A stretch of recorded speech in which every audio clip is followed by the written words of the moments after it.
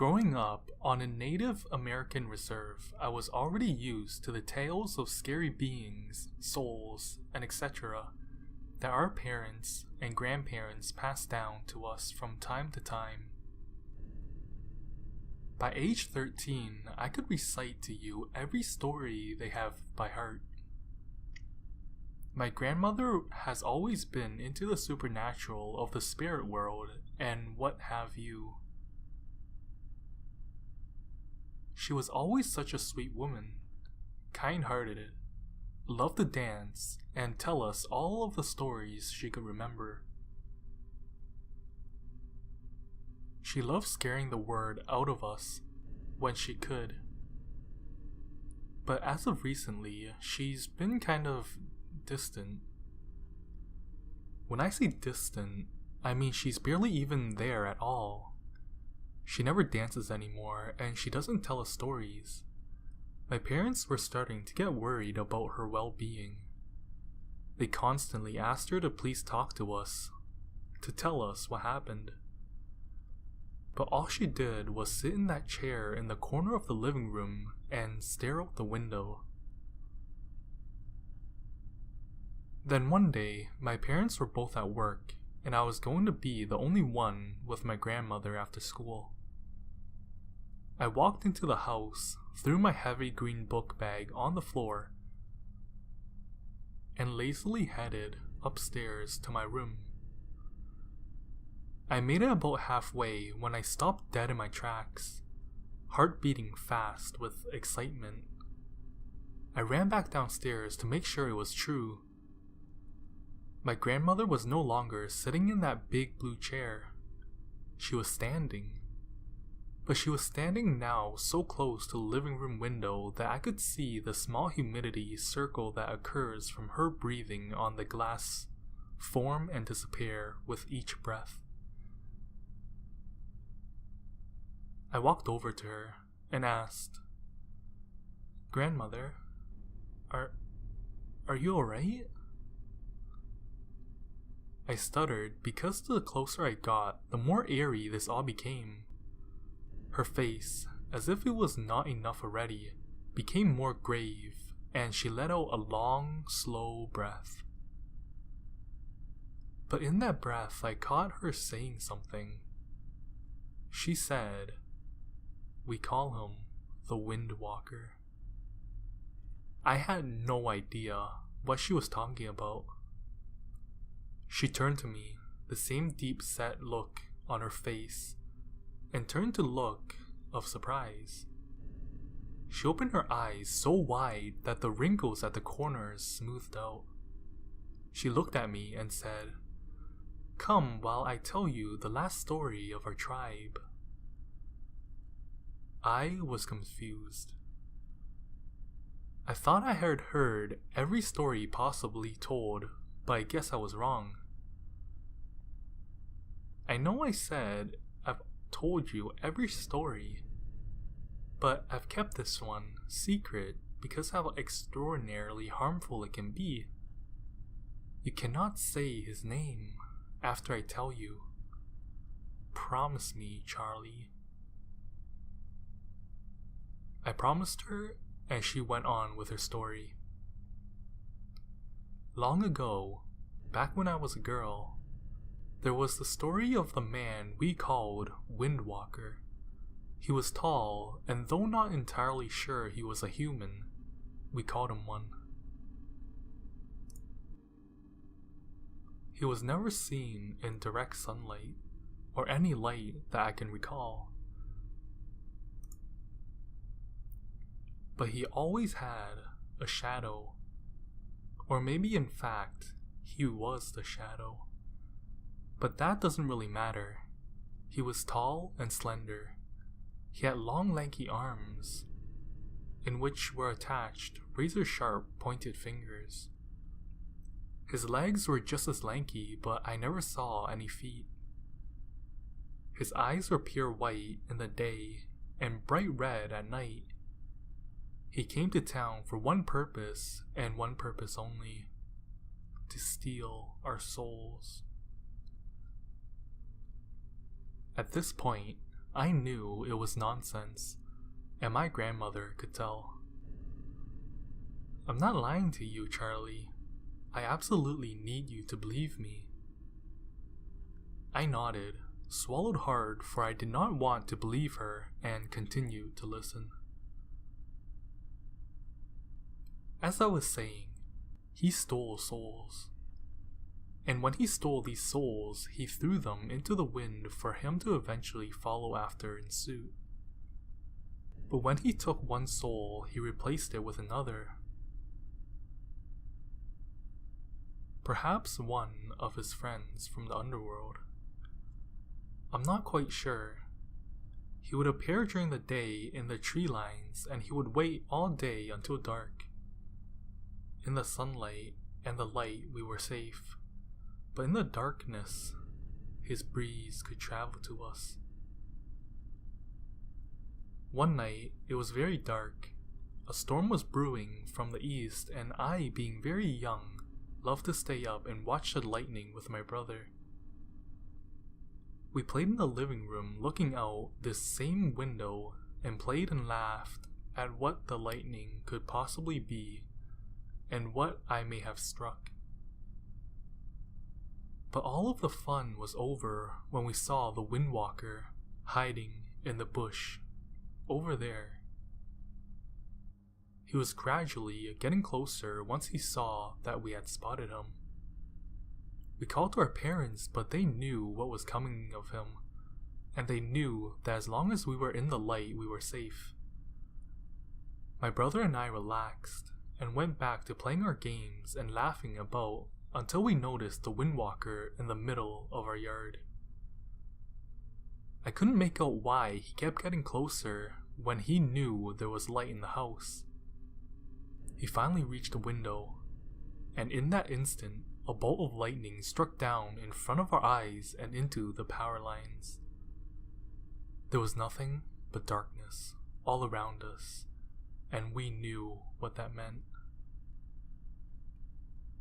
My brother and I ran to our parents, who started trying their hardest to light a fire in the fireplace. They had sent my brother out to get more wood, but that was a mistake. We heard screaming from the backyard, and we ran back to see what was the matter.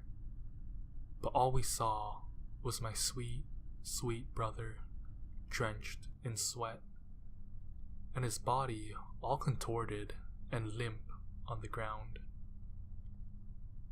We knew then that his soul had been taken, and yet for some reason was not replaced. I was still trying to wrap my head around all of this. The new story, such a personal story. The fact that my grandmother had a brother when he was never in any pictures that we saw. So finally I asked her, "That was such a sad and unfortunate story, grandmother. But I have to ask, why are you telling me this?" "You see, my grandchild, I finally understand. We buried my brother's body in the backyard under that tree. It was his favorite.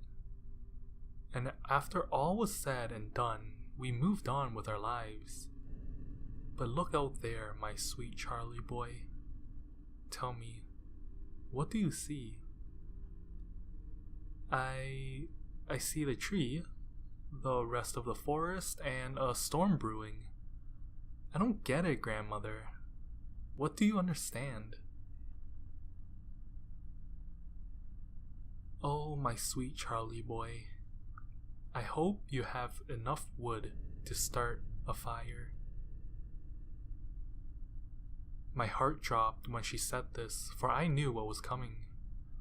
Why do we need to light a fire?" "Because, Charlie, my brother didn't die. The windwalker replaced my brother's soul with his own, and he's standing right above his grave."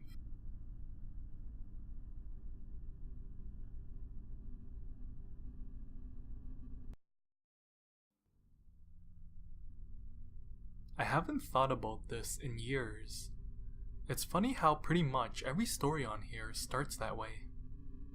I was in 5th grade when all of this started. Now, let me first say, there were many events that happened from when I was in the 5th grade to about 8th grade. But here, I'm only really gonna talk about 2. Someone knocked on the door. Back then, my neighborhood was considered to be pretty safe. We never locked our doors because we never really had a reason to. So I went to the door and opened it, but nobody was there. I honestly didn't think much of it, probably one of my brother's friends or something. So I turned on the porch light and went outside. Once again, for as far as I could see, there was no one. I went back inside and sat in the living room to watch House until my mom got home. Half an hour goes by and I'm still sitting on the couch, which onlooks my kitchen, the kitchen window, and partly out into my backyard. Though at this time it was like 8 p.m, so it was fairly dark. With my head facing the left side of the room, watching my show, I saw something dark flash by the window. It was quick, and it was only out of the corner of my eye, but there was something that flashed by the window. A few more minutes go by, and I'm texting my best friend, Sam. I told her I thought someone might be trying to prank me or something, when I started to just feel really uneasy, like someone was watching me. I looked up, and I shit you not, there was the outline of a person, all in black, in the fucking window. I just sat there, paralyzed, staring at him, and he lightly knocks on the window, and does one of those close-fingered waves that you do to children before he disappears. In my head, I was like, no fucking way that just happened, and even if it did, I was sure it was just one of my brother's friends pranking me. But either way, I wasn't gonna stay in that living room to just let them mess with me some more. I booked it up to my room and locked the door. My mom came home about 20 minutes later with my brother, Harrison. I asked my mom if she saw anyone out there, and my brother if he intentionally had someone mess with me, but they both told me no. Harrison really wasn't that kind of person to do something like that, but I figured with it being so close to Halloween, anything was possible. I tried to put it out of my head, and that was that for now. Some insight of what happened in between these 2 events. I'm fairly certain it wasn't my brother's friend. To this day, I still honestly don't know who it was, or what they really looked like.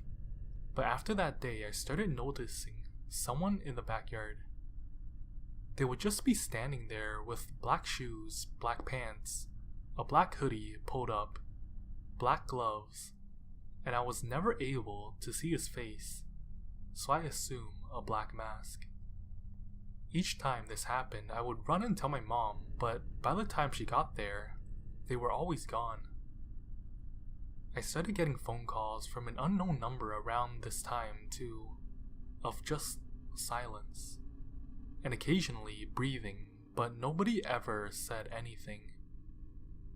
It only happened a few times, probably less than 20, but they were happening at random times throughout the day and night, though mainly during light. For a long time, I was the only one who ever physically saw any of this happening, because it pretty much always happened when I was home alone, or really late at night. One day, my mom, my neighbor, and I were on the porch talking when I asked him if he ever saw anybody lingering around our backyard. My mom was quickly like, "Mila," because I guess she didn't want me to sound crazy to the neighbor, since I kept saying all of this was happening and she never saw the guy. I mean, she picked up silent phone calls, but for some reason she never really believed me about the guy in the backyard. But to my surprise, he told me he did. He ended up telling my mom and I that he was sitting on his back porch next to ours with his girlfriend, when a man, all in black, came out from behind a tree. He started walking and then running towards them. When my neighbor, who had a license to carry, pulled out his firearm and told the guy to stop running, the man didn't stop. Matt, the neighbor, shot at the ground and the guy finally stopped. He turned around and started running in the opposite direction, tripping over a branch and then getting up and disappearing. I felt so relieved, thinking that he had to be the guy, and that surely now he'd never come back. But of course, that's not how it happened. Now before I get back to it, let me explain. My mom didn't frequently leave me at home alone. A lot of the time I was left with my brother, who was 7 years older than me, or a family member, but there were a few times where my mom had work, went shopping, or went out that I would elect to stay on my own rather than tag along or go somewhere else. So on this night, I was home alone once more. I was in the living room, and because things had sort of died down a bit with a man in the backyard, I felt comfortable enough to sit in my living room and watch some TV again. This time, I can't remember what I was watching, but just like the first time, something black flashed by the window. At this point, I was like, nuh-uh, this can't be happening right now. And I didn't immediately want to call my mom and ruin her night if it turned out to not be that big of a deal. So I just stared intently at the window, just waiting for him to pop up like he did last time. During what felt like an eternity, and was probably only 5 minutes, I had muted my TV. There was an eerie silence, like in those action movies where they're like, it's quiet. Too quiet. At that moment, I could probably hear a pin drop, but instead, I began to hear my back door rattle slightly. My heart dropped and started racing. It felt like it was gonna leap out of my chest. Bang! They were trying to break down the door. From where I was, whoever was at the back door couldn't see me. As I heard my door being broken into, my fight or flight response must have kicked in, and I grabbed my phone, unlocked my front door, and hauled ass across the street.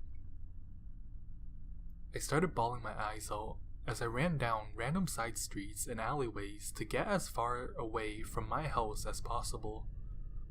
I ended up sitting under a lamplight, pretty much on the other side of town.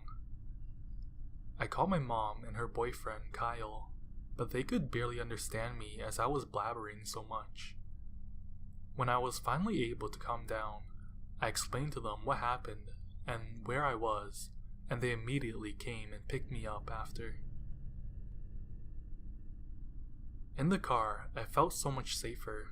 Kyle was a big guy. He did construction and worked on houses. He had muscle, and he was a scary dude if you didn't know him.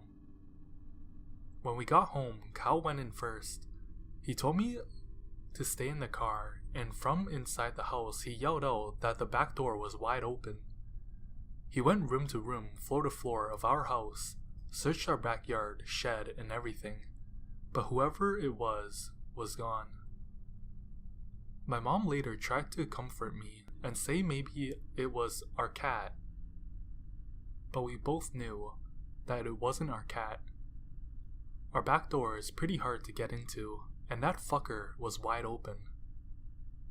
I saw the guy in our yard a few times after that, always just standing there in one spot, and I started sleeping with a knife secretly tucked away in my bed.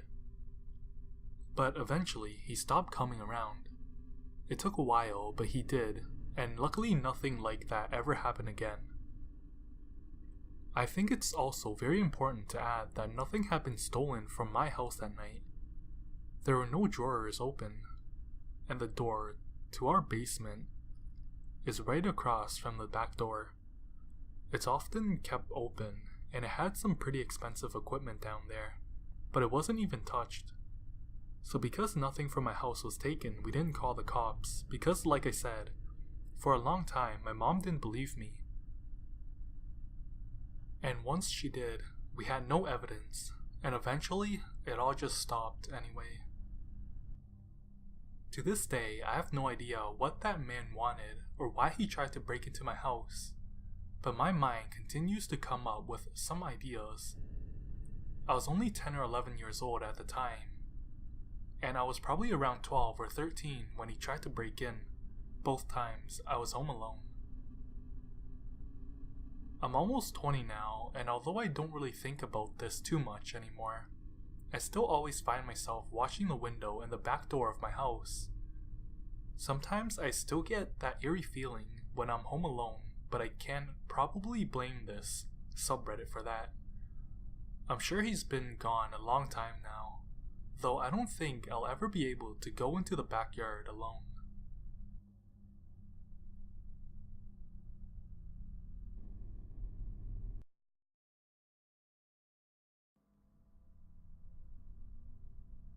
Before I start this video, I just want to say Happy New Year's to all my viewers, old and new.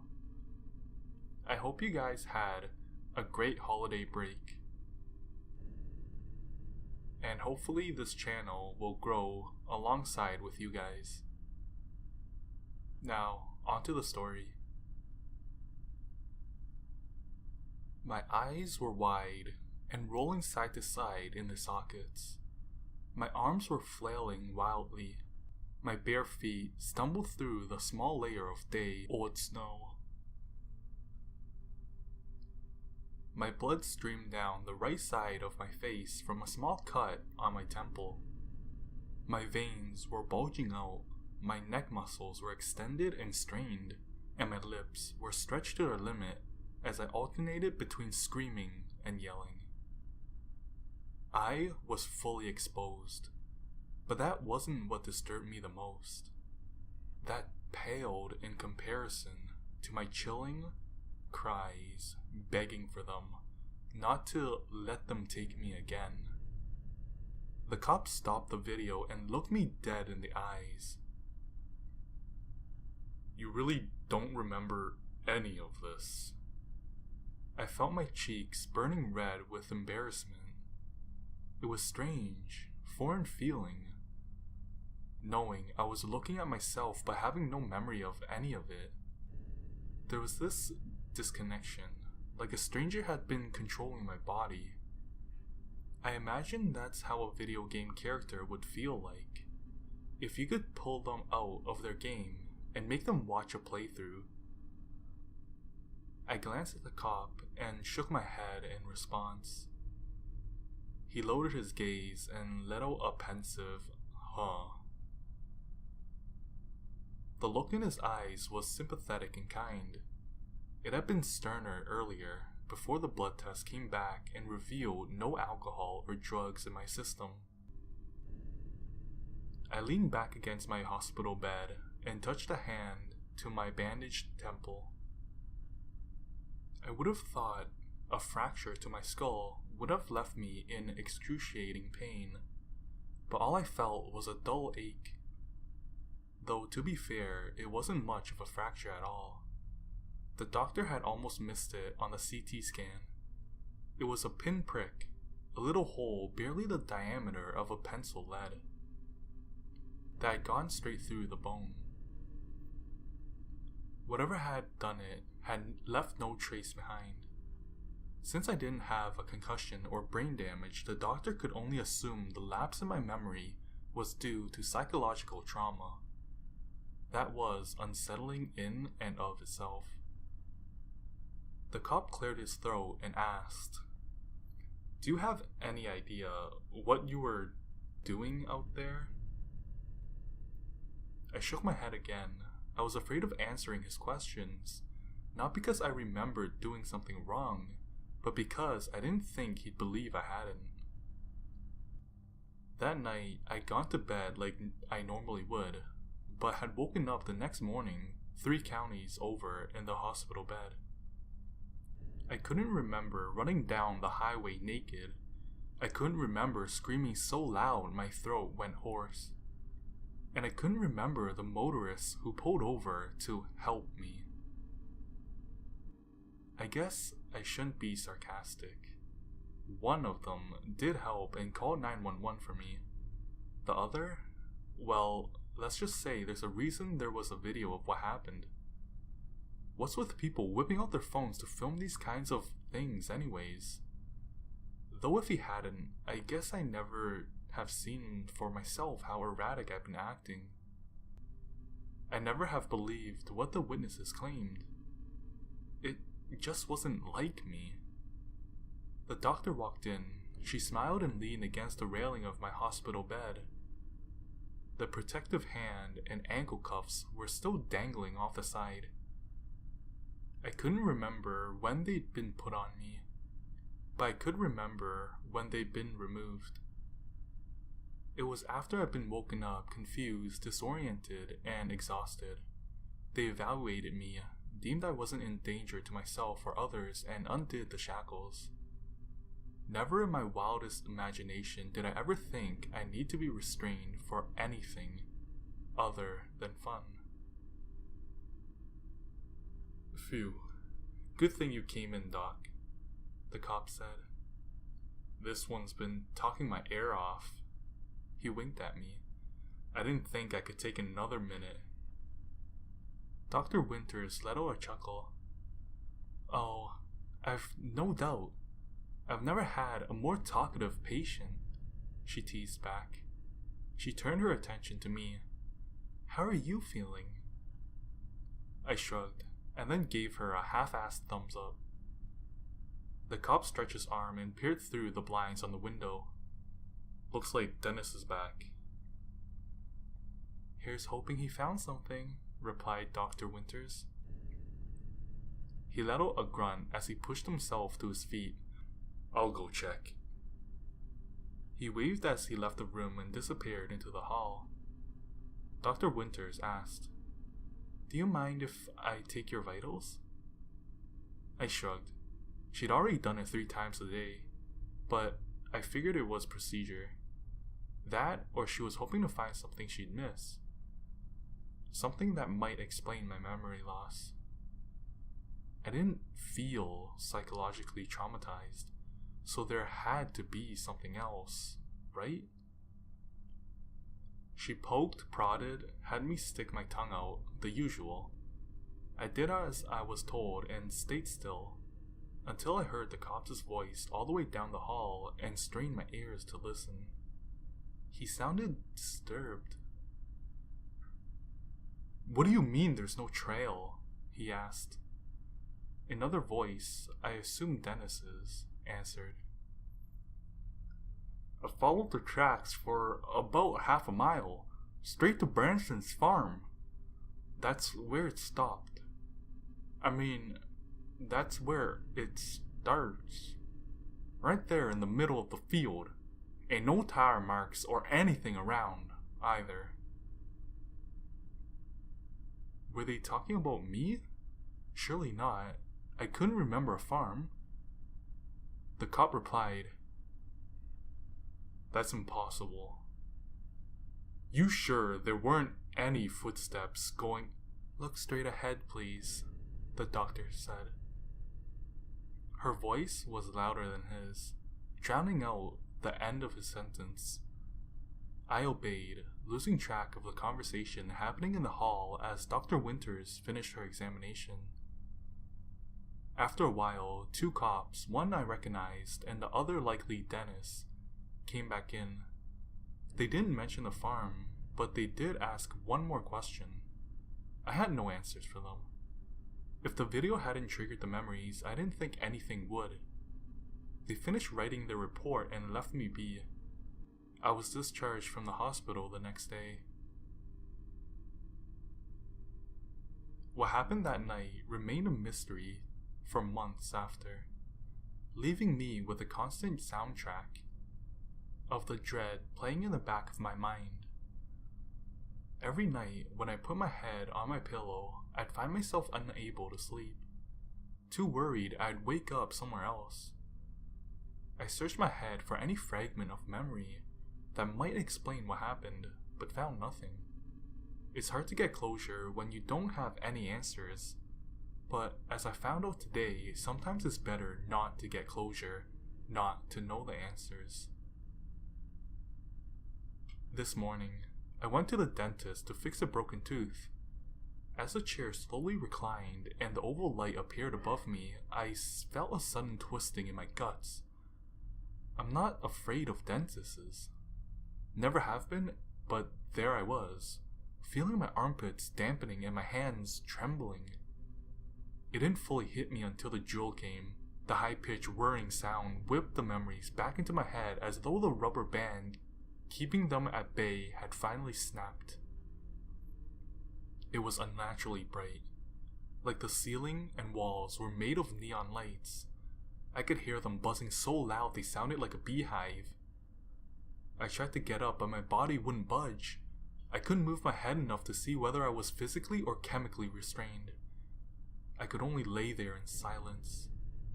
The temperature was strangely imperceptible, as though the atmosphere matched my body heat perfectly. There was no draft, no air conditioning, no heating. I heard an odd, sludgy noise and caught movement in my peripheral vision. There was something standing in the light, but all I could see was its outline. At first, I thought the thin, elongated form, which was wider near the top, might have been a lamp of sorts, but when it moved, I realized I was wrong. It came closer, but instead of footsteps, I heard that same slippery noise like a slug on an amplifier. I remember the blanket of petrifying terror that wrapped itself around me as my eyes focused on it. It was wrong, all wrong. It was like someone had tried to make a man out of a melted caramel. Its proportions stretched out in a mockery of the human form. Its torso was thin, its head was large and balloon-like, its skin was, I want to say dark gray, but it was hard to pinpoint an exact color against the flood of yellow lights around us. I could see its large black eyes possibly staring at me, but it was impossible to tell what it was looking at since it had no irises. I just remember feeling as though it were inspecting and scrutinizing every piece of me like an expensive car. It came right up to me and stretched an arm far out of my line of sight, coming back with a metallic object in its fingerless hands. It was only when they flared out that I realized the creature had an extra arm. They were paper thin and tucked so close to its already narrow body, you wouldn't have known they were there until they were needed. I couldn't tell you how many there were in total, but I counted at least 5 as it leaned over me and grabbed hold of the table I was on. The object in its hand came to life, producing the familiar high-pitched whirring sound of a dentist's drill. It wasn't going in my mouth though, it was going in my head. I felt a sharp sting as one of the arms out of my line of sight sliced a small cut on my temple. The drill slowly approached a fresh wound. I tried to thrash and fight back and scream, but my body refused to do anything but lie there like a useless slab of meat as a tool gently pressed against my bleeding cut. I felt the vibration through my cranium, but the process was surprisingly painless. I didn't know, but the creature was drilling a tiny hole through my skull. The drill retracted and I heard a clink as it was dropped on an unseen surface. In my mind, I begged for it to be over, but it wasn't.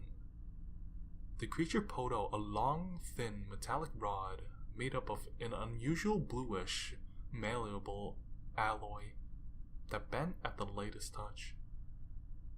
With 3 of its arms, it carefully shaped the rod into a semicircle, and then leaned in close to my head. I already knew what it was planning to do, and I was all the more terrified for it. Have you ever threaded a needle? Can you do it in one shot? Yeah, well, neither could this creature. I could feel the metal edge poking at my head, trying to reinsert itself into the tiny hole the creature had drilled, but missing the mark several times before succeeding. I didn't think it was possible to feel one's brain. I guess I assumed there weren't any nerves in there, but as the metallic rod explored the caverns of my skull, I felt every excruciating, violating second of it. It felt like a finger digging for lint far too deep inside one's belly button. It was a part of my body I always knew I had, but knew I shouldn't feel. It was worse coming out than it was coming in, though mostly because I felt a mass coming out of it. I remember a flash of panic as I thought to myself, oh my god, it's taking part of my brain. Thankfully, as the rod came out, something else, something other than grey matter, came out with it. A thin black cylinder had been fished out of my brain. The creature dropped it carefully into one of its many hands, then slithered out of sight to do God knows what. The already bright room became brighter. The buzz of neon lights became buzzier. My mind became fuzzy. I tore out of the chair, screaming as my dentist stared at me in shock. I didn't explain or apologize, just ran out of there and drove straight home, where I'm now sitting. I wish I could say it's over, I wish I could say this was the first and last time, but I have this terrible, creeping feeling in my guts. For one thing, if that creature took something out, it had to have put something in first. And thinking back now, I remember my parents telling me I used to sleepwalk as a child. They'd find me wandering the neighbor's field in the dead of night. I'd always have a tiny cut on me somewhere, in my head, on my arm, on my stomach. They figured I kept getting nicked on a nail in the fence or something.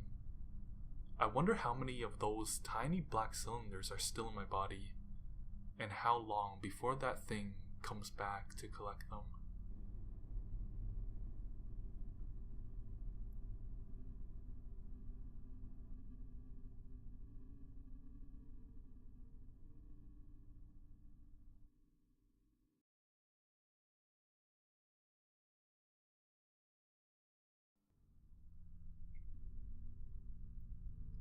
"3 months have passed since the tablet fell to Earth. I should say a lot of what you're about to hear is highly classified. It was my idea to monitor the object as it approached the surface of our planet. Even from afar, it was intriguing. Plummeting through the atmosphere at an incredibly sharp angle of decline, yet showing no outward change in mass. Even our most basic instruments told us that this was something different, something more than a conventional chunk of space debris. It was also my idea to survey the crash site, a smoldering crater roughly 300 meters in diameter, blasted deep into the Mojave. After a short flight, followed by a few hours of driving, we found ourselves one of the first few research teams to arrive at the scene.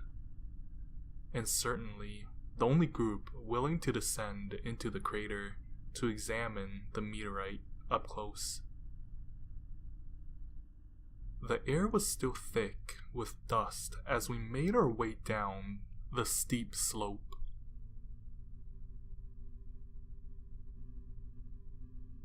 Towards the marbled blue rock at the bottom.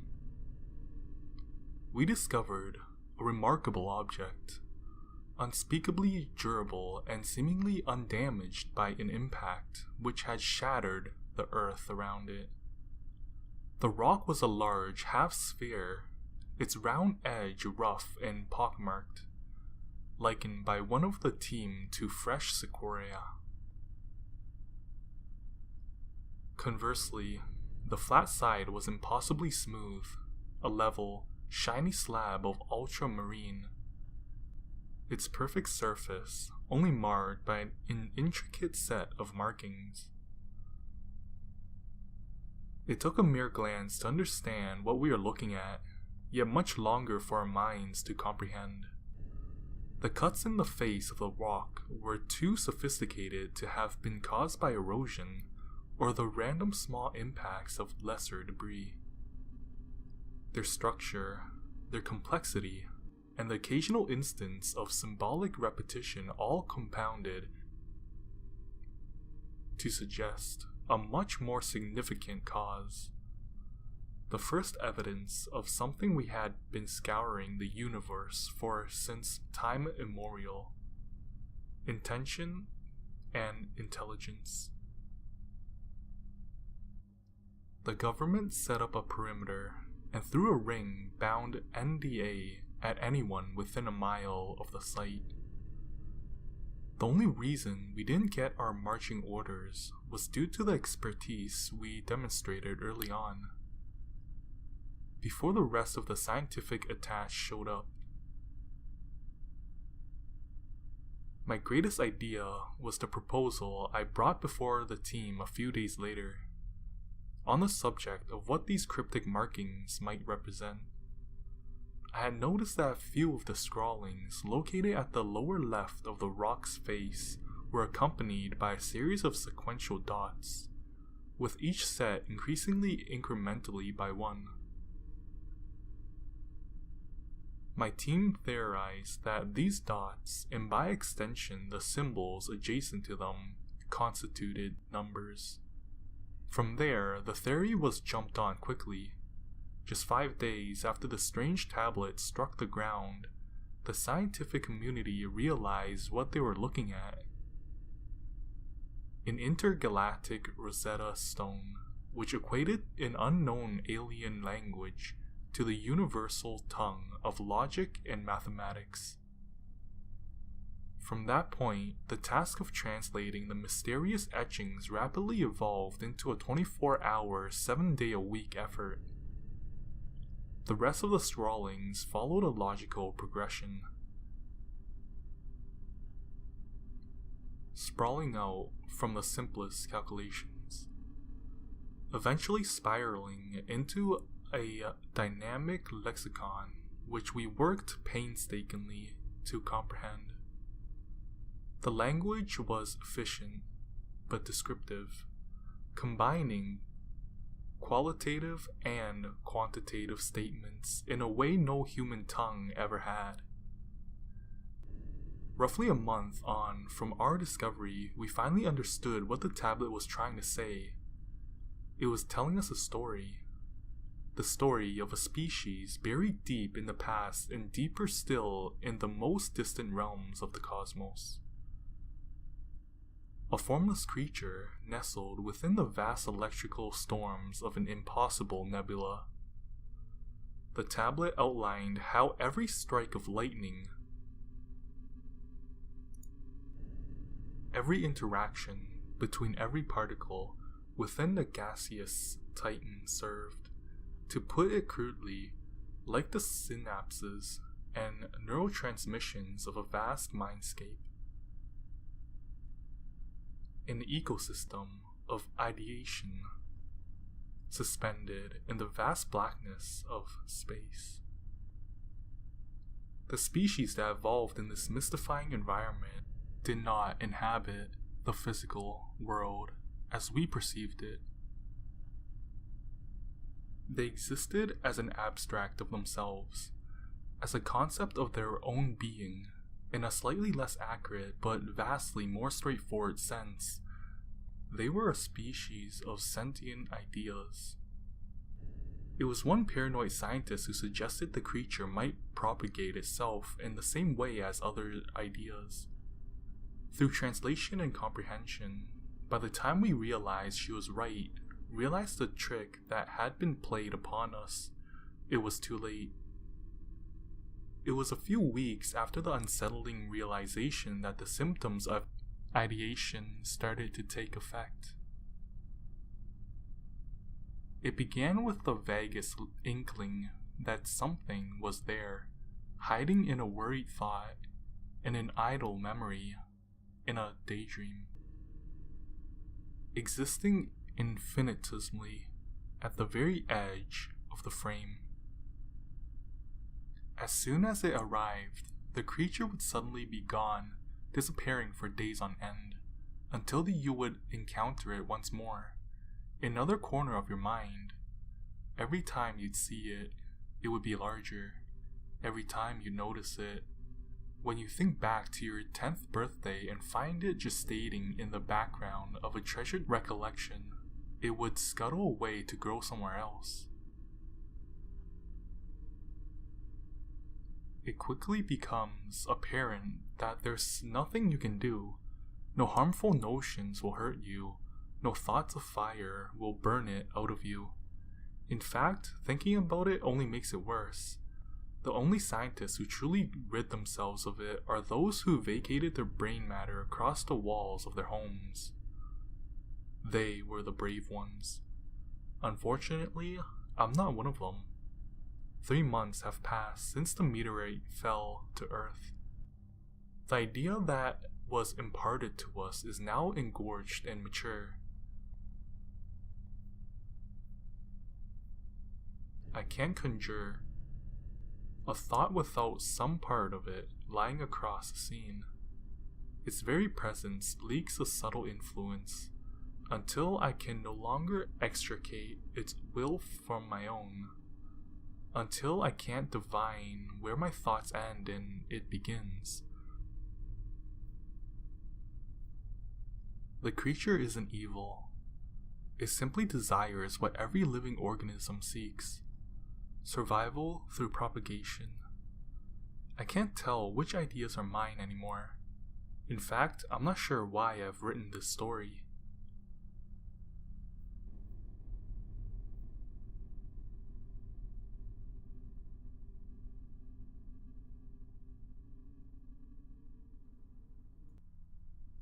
This is my first time ever posting to Reddit.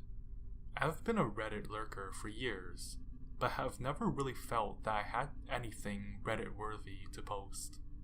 Now, I do. I am an atheist. I place no stock in religion, ghosts, demons, spirits, souls, anything of that sort.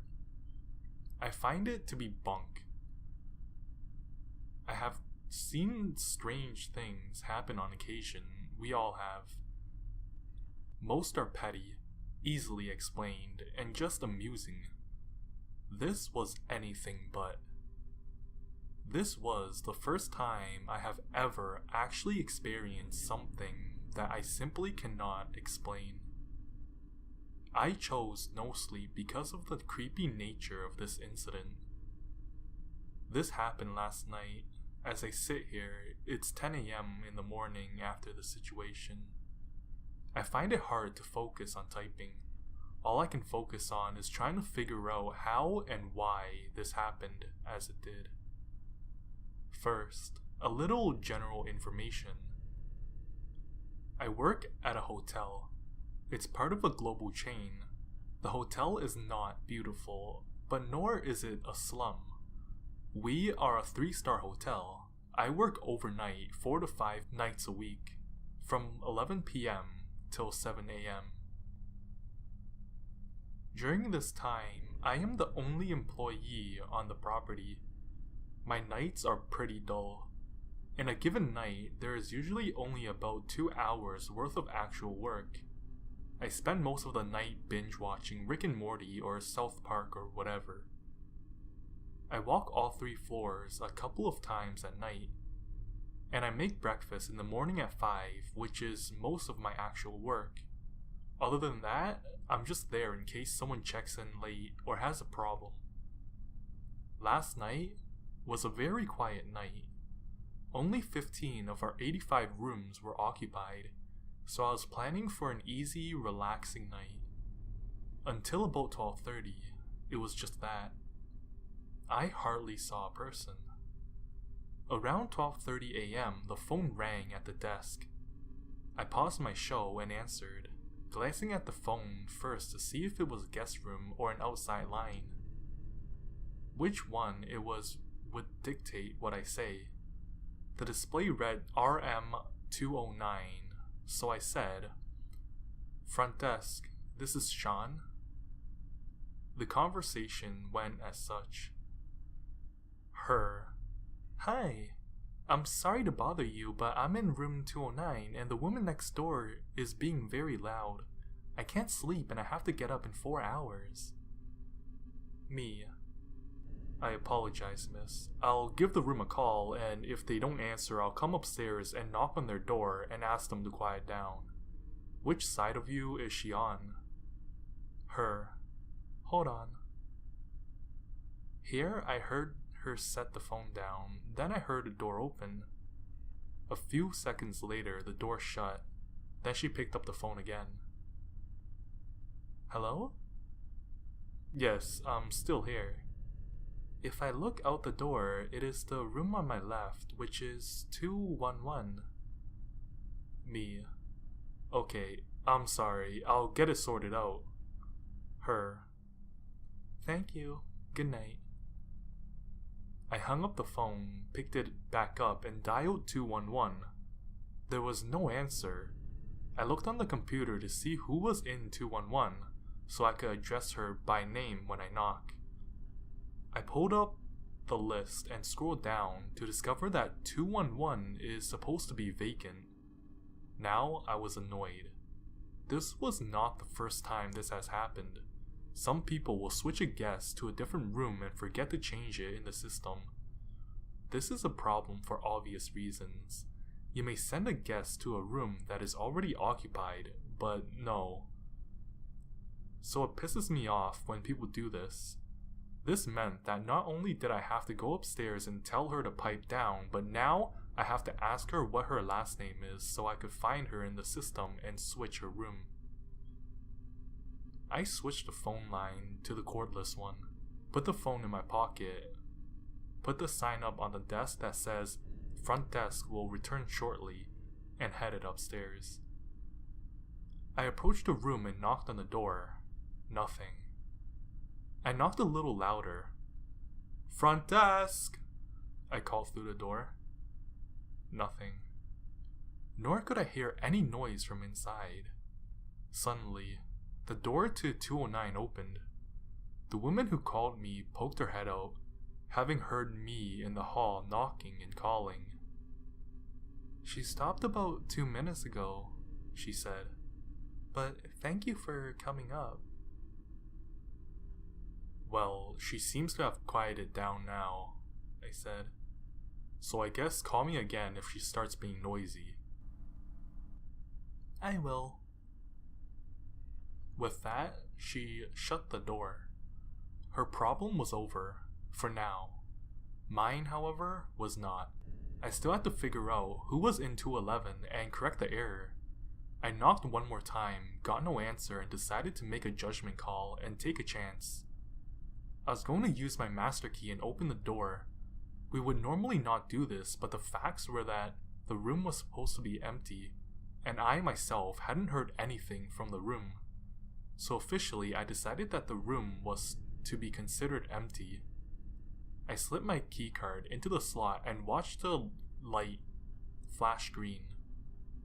I turned the knob, half expecting the door to be dead bolted from the inside, as most guests do when they are in for the night.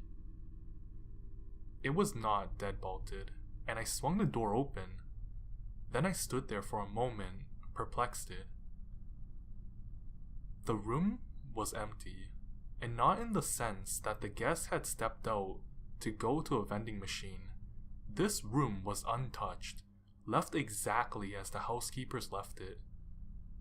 I looked around in the bathroom and closet, and was satisfied that the room was vacant. I was weirded out, but also relieved.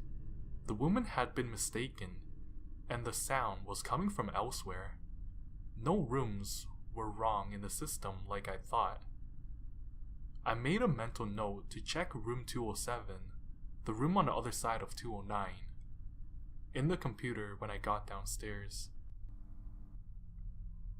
It probably came from the room, and they had just finally gone to sleep, but I did not have a chance to check the system.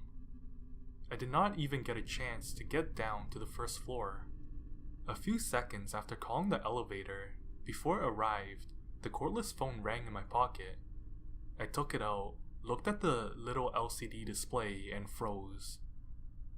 The display said RM211. I looked back down the hall toward the room, pushing irrational thoughts out of my head. It was silent in the hotel, save for the ringing phone in my hand. Nobody had gone in or out of the room as far as I could tell. Well, I thought, ignoring the uncontrollable sense of dread that was welling up in me. Now I can finally get to the bottom of this. I answered the phone.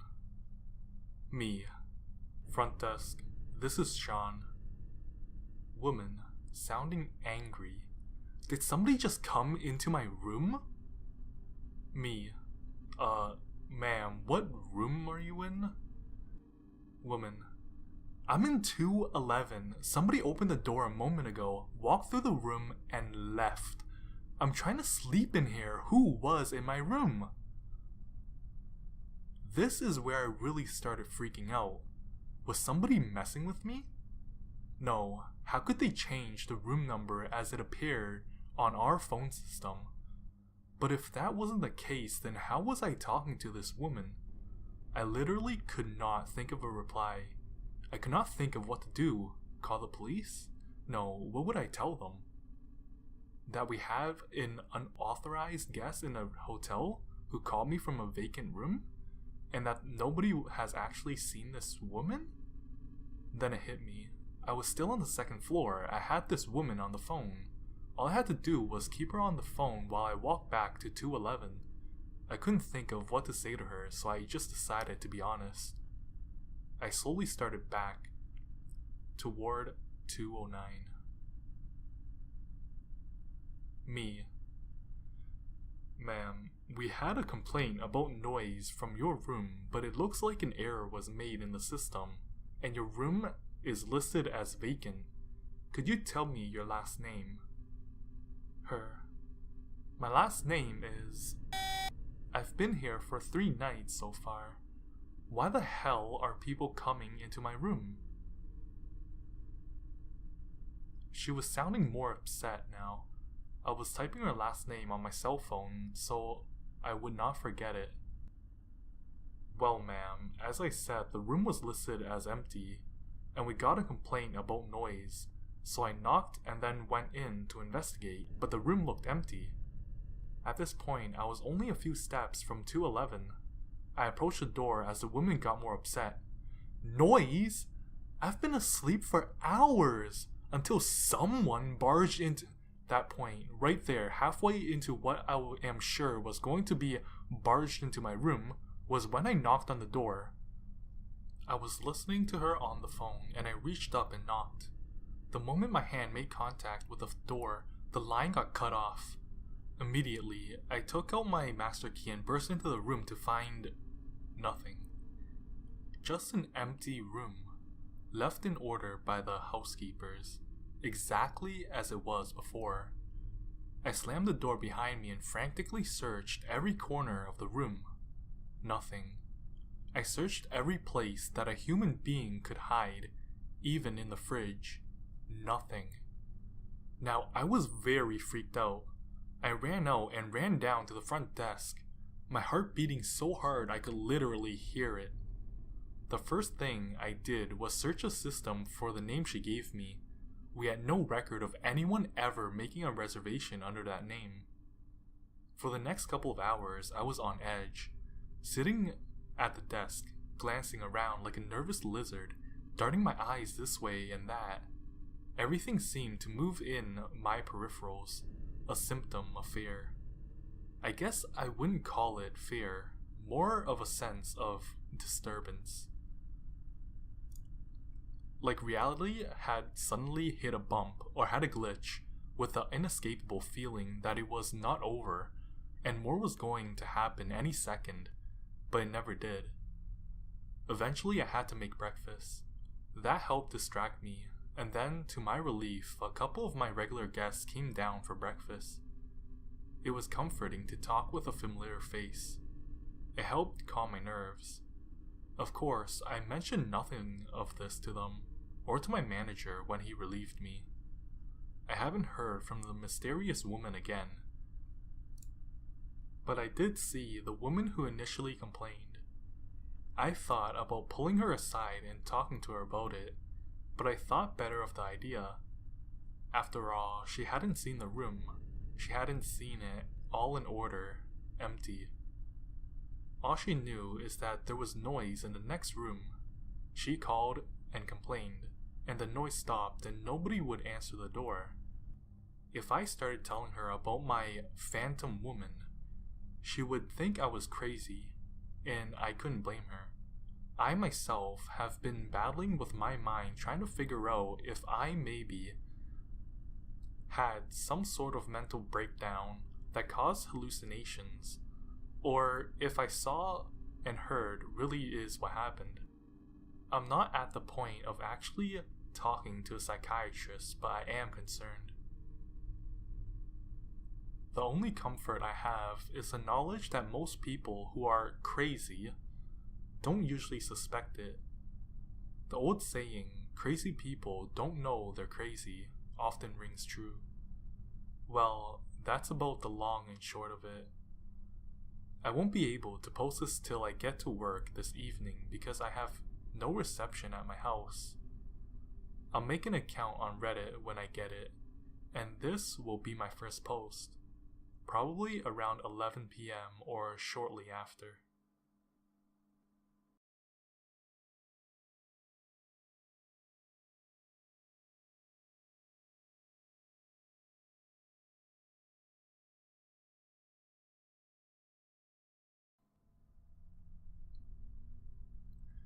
I recently acquired a television from an antique store, intending to use it as a cool talking piece in my workshop.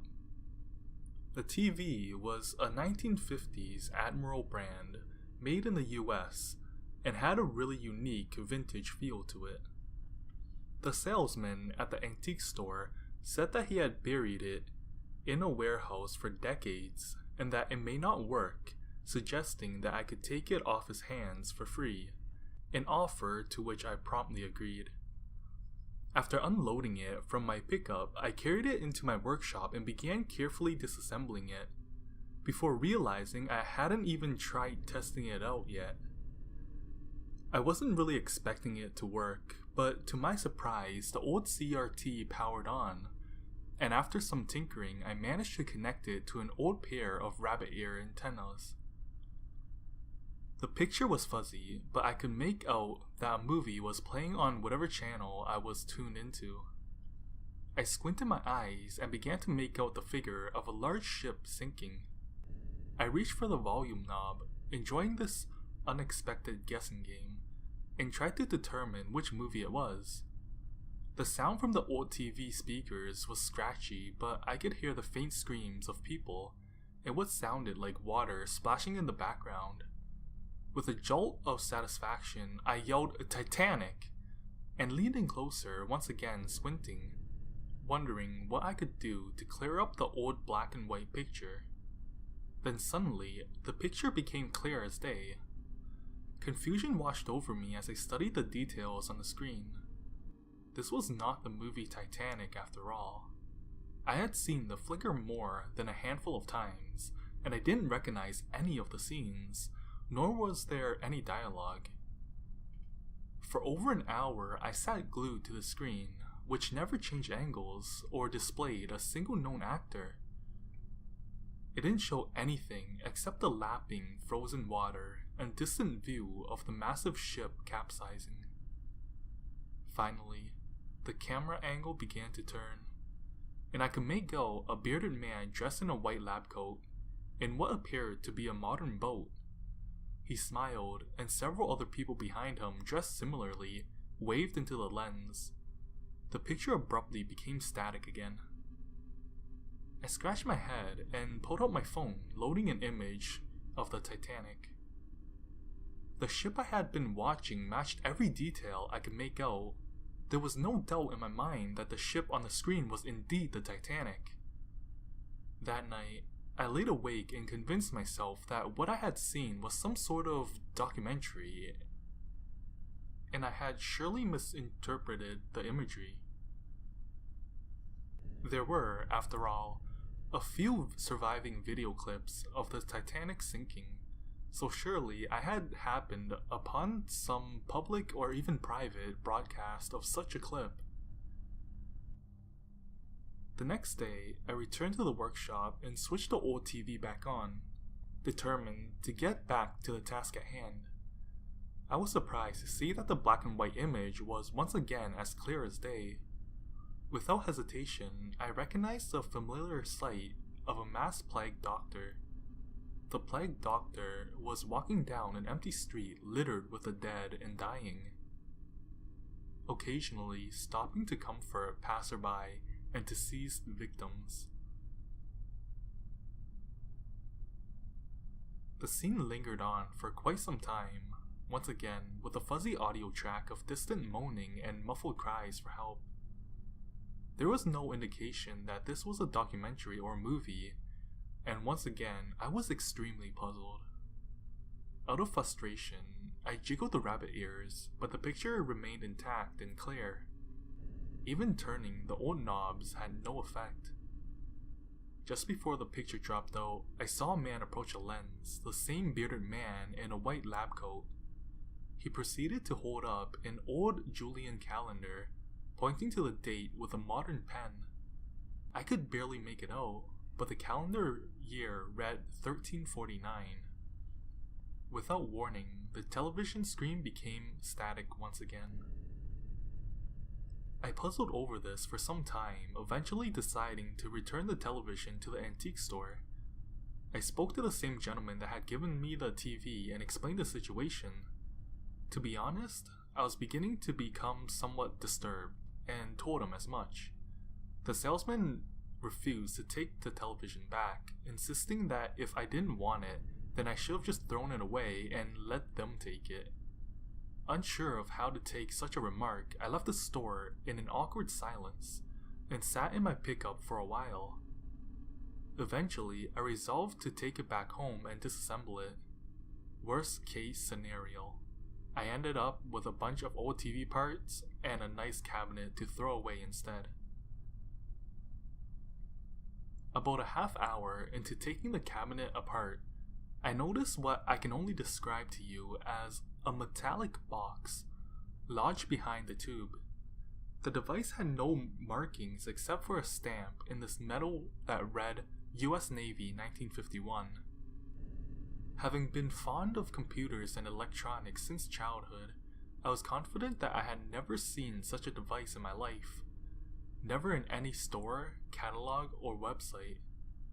The device featured prominent hinges that opened to reveal a complex but outdated antenna system.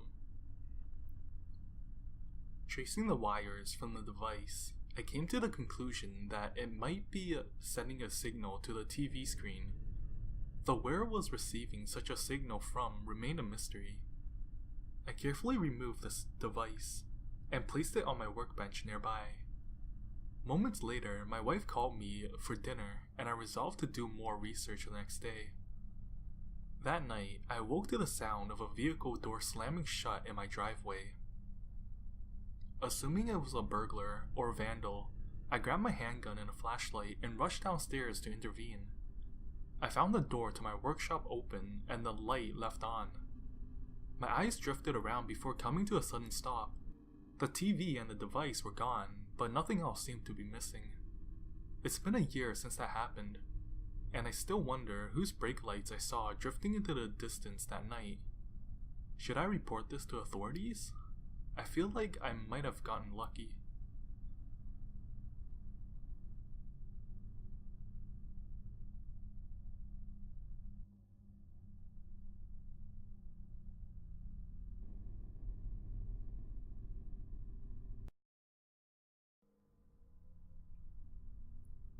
My name is Emma. From the day I was born, I've been considered a freak. This is not due to the way I look, which is kind of ironic for me, but the way I see other people. Imagine seeing people for the way they really are. Yes, they might look beautiful, but what if you can see their inner beauty? or on the flip side, their inner ugliness. When I was born, my parents were told that I had the inability to see. They were devastated. I was, in fact, blind for the first few months of my life. There was a miracle, however, and what was once only darkness became blurry images. The blurry images soon started to take shape, and I was able to see perfectly. The doctors did many tests on my eyes, trying to determine how this was possible, but were unable to come to a scientific conclusion. I used to love being in my dad's arms, who would bounce me around in his lap, and we would laugh together. From what my mom had told me, we were inseparable. My mom then said when I finally was able to see, I would want nothing to do with my father. Every time he would try to pick me up, I would cry, and wouldn't stop until my mom, Jamie, would pick me up. As soon as she did, I would stop crying instantly. This made my father resent myself and my mother. He couldn't understand why I couldn't even look at him anymore. As my awareness and understanding grew, I came to realize that when I saw my father, he looked like an ugly monster. He was missing teeth, he had hideous moles all over his body, and his clothes were old and ripped. As for my mother, she was the most beautiful, most caring person in the world. She was one of the types of people who would light up the room when she walked into it. She had beautiful long blonde hair, blue eyes, 5'8" tall. Her body was immaculate, with no blemishes. She was the picture of beauty. What I could not understand, however, was everyone treated my mom like she was the ugly one, while people treated my father like he was handsome, not hideous. Although the ugly people usually hung out with my father, while the most beautiful people would be around my mother. The strange thing was, the ugly ones got more attention and more money. My life changed when I turned 7. Like every other day, I heard my father arguing with my mother. I often found my mother the next morning with bruises covering her body. As the years had passed, my father's body had deteriorated to a point where he looked like a complete monster. I couldn't even look at him without having the urge to vomit. This one time, my father started screaming at my mom. "Who said you could go out with your friends? I told you to never leave this house without my permission." "Jamie," my mom replied. My friend's husband just left her. She needed support. I couldn't leave her alone like that." As the discussion went on, I cracked open the door to their room. What I saw amazed and completely horrified me. The room was completely falling apart. Paint was peeling off the walls. Darkness seemed to permeate off my father. My mother permeated a small light off of her, which was growing smaller and smaller the angrier my father got. My mom was cowering in fear at this point. My father had a kitchen knife in his hand. He was gripping it so tightly that his hand was turning white. "You have ignored my threats for the final time." The knife thrust into her stomach. He pulled it out and stabbed her over and over again. The light my mother had shown slowly disappeared until nothing remained but darkness. The only thing I could see were his glowing red eyes. I screamed in terror, and his eyes turned to my direction. It looked like horns were growing out of his head now. I ran away from him, from the room. I ran into the hall and down the stairs. I could hear thundering footsteps behind me. As I reached the front door, I opened it and was ready to run outside. But I felt a cold clawed hand grab my shoulder and pull me back. My skin burned under his touch. My own light flickered as fear took over me. My father turned me around, his very eyes boring into my soul. I felt like my life was over, like all that was good about the world was gone. I closed my eyes and cried. My father put his hands on my shirt and ripped it open, his claws raking against my skin. I screamed in pain. I knew what he wanted to do, and there was nothing I could do to stop him. I thought of my mom, her kind and caring nature, her warmth, always making all my fears float away. She always told me to stand up to bullies, to be strong in the face of evil. I could feel her love permeating through me. I suddenly felt power and hope flow through me. My light growing stronger and brighter, until my house shone like a beautiful mansion. My father's eyes widened, now in fear and terror. He screamed. His grip loosened off as he fell to his knees. I opened the door once again and ran outside. The police were called to my house and found my father with a knife in his heart. My mother was in her bedroom with 8 knife wounds. 20 years later. Hey Emma, you caught another murderer in record time. I don't know how you do it. Where everyone else has failed to find the murderer, you are able to find him in a couple of days. I'm just lucky, I guess. I shrugged at him and smiled. I realized, after what happened to my mom and dad, that I am able to see people for who they really are. The better the person is, the more beautiful they are. The worse, the more hideous they become. This is why I became a detective, to get rid of those who want to hurt others. Let me preface this by saying that my name is Elle, and I've worked as a nurse in the PACU for 12 years. For the uninitiated, PACU stands for Post Anesthesia Care Unit. We take care of patients who've just come out of surgery until they're awake and stable enough to be transferred to another unit. It's usually a pretty chill unit, except for the occasional patients who don't deal well with waking up from anesthesia. But hey, the occasional code to get the adrenaline pumping isn't a bad thing on a slow day.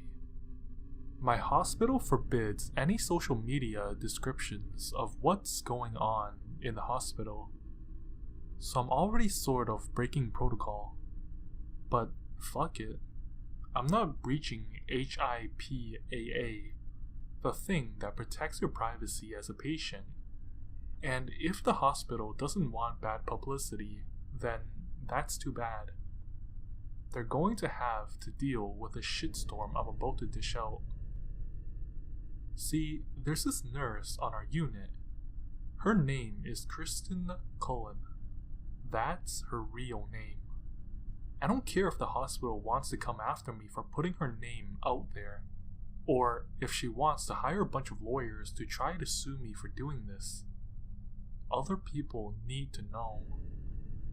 I can't be the only one with this information because it's far too easy to just get rid of a single person.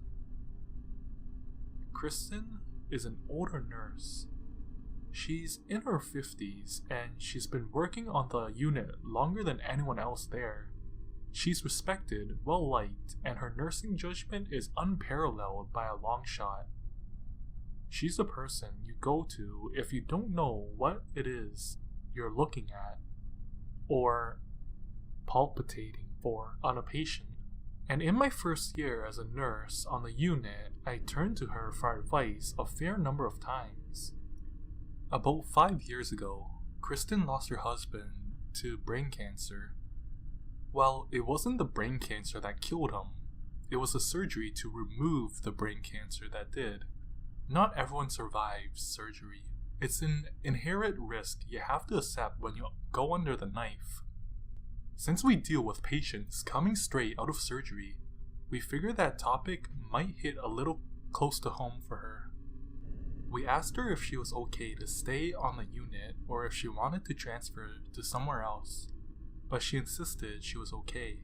The PACU is my home away from home, she told us. My second family. I won't even consider it.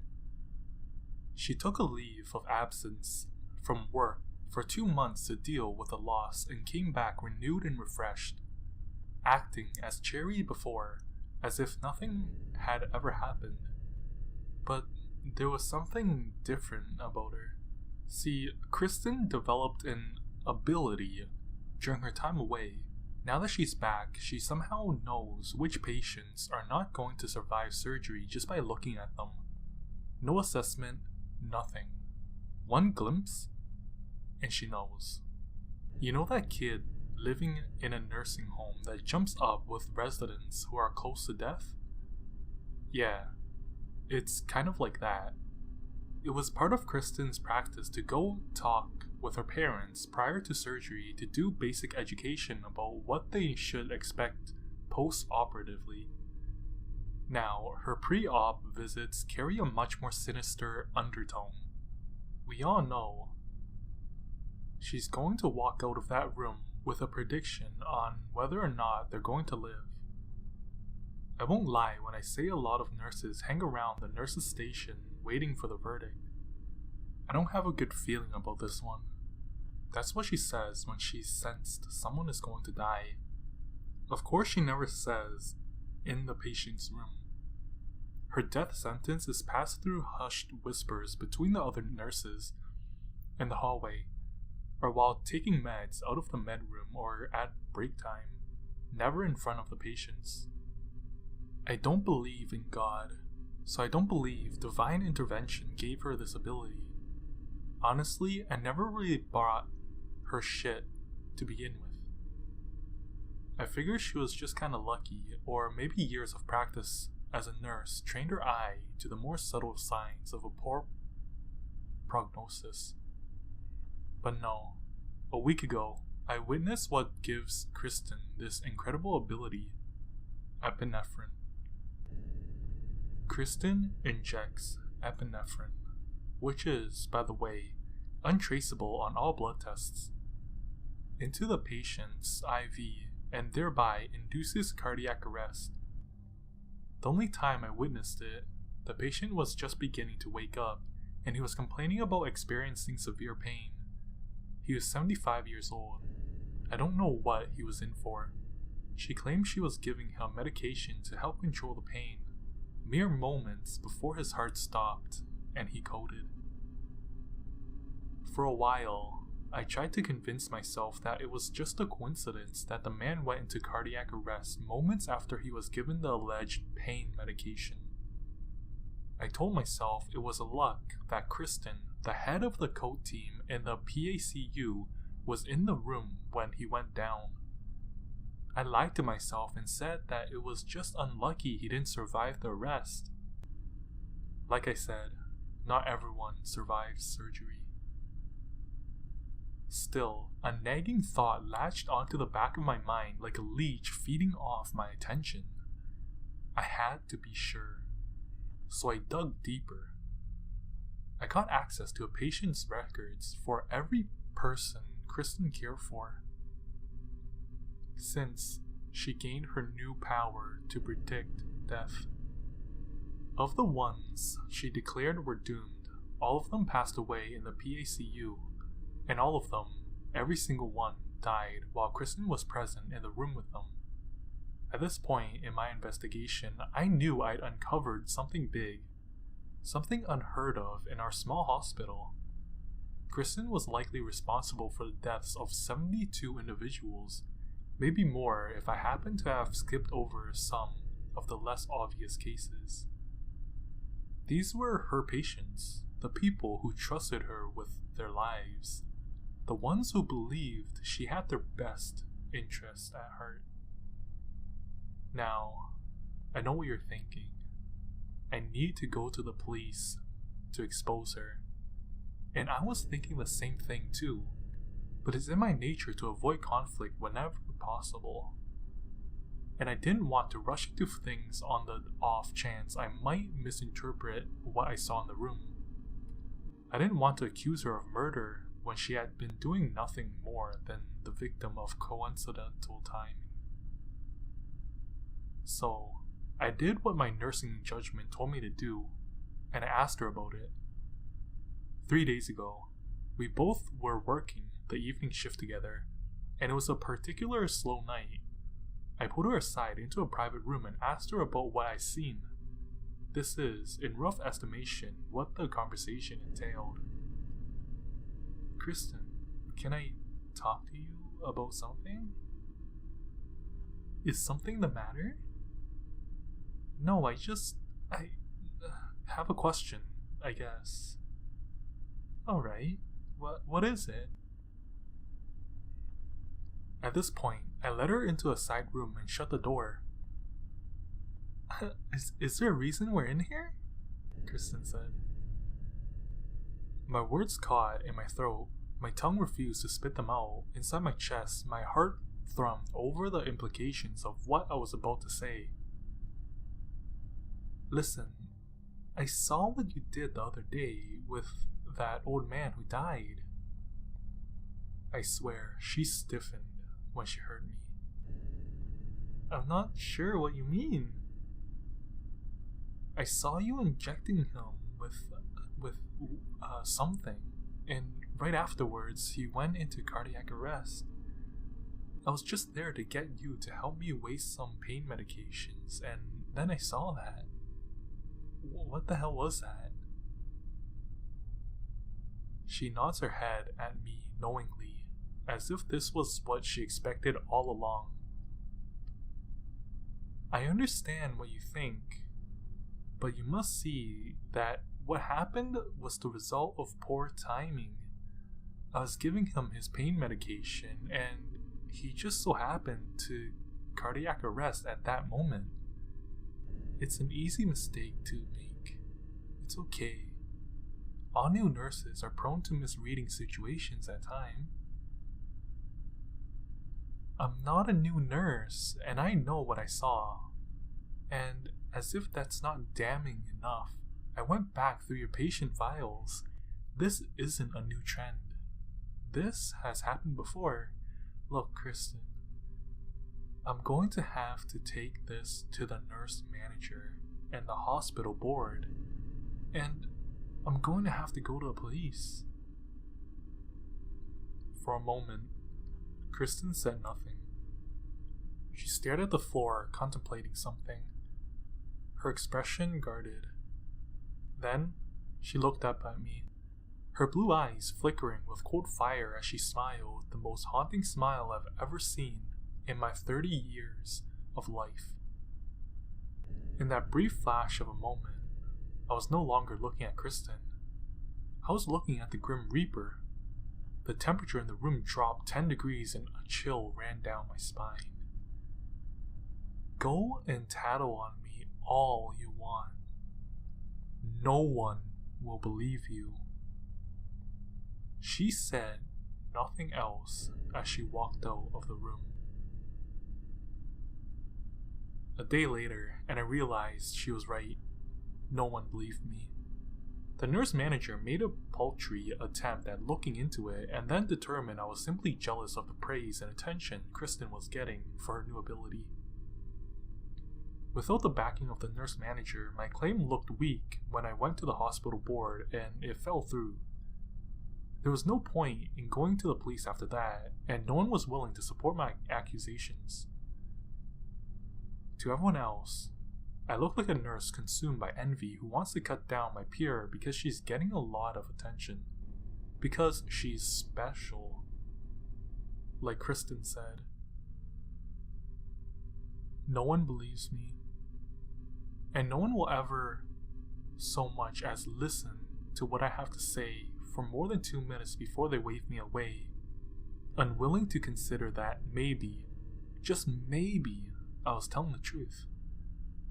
As it stands, I'm the only person aware of what Kristen is capable of, what she has done, and what she is going to do, which is why I'm writing to all of you. The thing that drove me to post this is the fact that I'm going in for surgery today, the very same hospital I work at. I thought it would be fine. Kristen wasn't supposed to be at work today.